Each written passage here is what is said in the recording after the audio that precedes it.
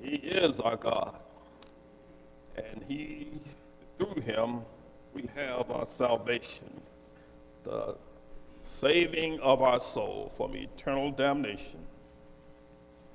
As always, it is a privilege to be before the congregation, not only just to be before the congregation, but to be seen with those who seek to serve God, to be with those who have a lack of faith and desire to serve God and be obedient to the things that he has commanded us. For we know that there is no other God like him.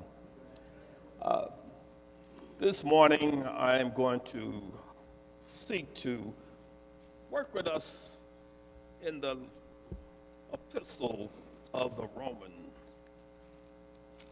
Romans, a letter that Paul wrote to the Christians in Rome. I find it a very, not only fascinating, but inspiring and enlightening story when you go into the epistle of Rome, because it speaks, as Paul was that apostle to the Gentile, it gives us a clear picture of just how our salvation is brought unto us.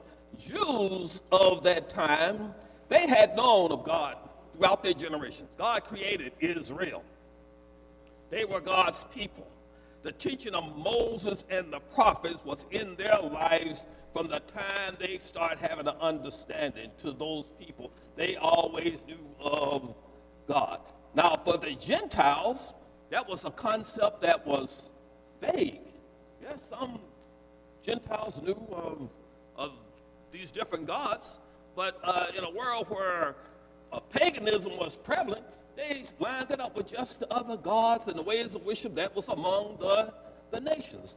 So when God, knowing what was needed for man, when he brought Paul into the commission of being an apostle, his focus was to take that gospel, that mystery that had been a mystery until it was revealed unto all man, to every creature, every man to have access to it. So we're going to work here in this letter of the Romans for this morning, and hopefully I can do a just job of giving you some insight into this.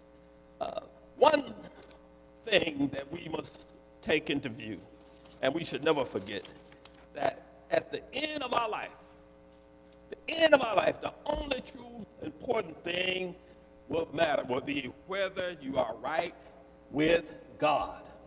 No matter what else you see come forward in this world, what else you may experience in this world, nothing else matters except the fact that when this life ends, if you are right with God. That's the whole matter, oh man, to be right with God. But here comes the perspective. Everyone doesn't know how to be right with God. How does a man become right with God? That's the title that I want to address in this message this morning. How to become right with God. It ain't just you know of a God, you know of gods, you know of religious matters. How do you become right with God? That was Paul's message. That was what he was proclaiming. When we pick up here in Romans chapter 1, and let's start out here with around verse 16. Familiar verses for us. Paul is writing this to the church in Rome.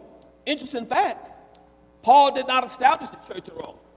At the writing of this epistle, Paul has never been to Rome.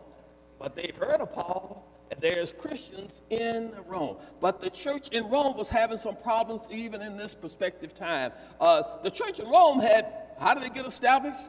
Scripture don't clearly tell us, but it lets us know that on that day of Pentecost, there was Jews, devout men out of every nation under heaven, and Rome was included in that. Those who obeyed the gospel went back into that area of Rome, but the church perspective of who they were had an identity of God's people being Jews. But now Paul is bringing forth some information that is prevalent to all mankind. In that 16th verse of chapter 1 of Romans,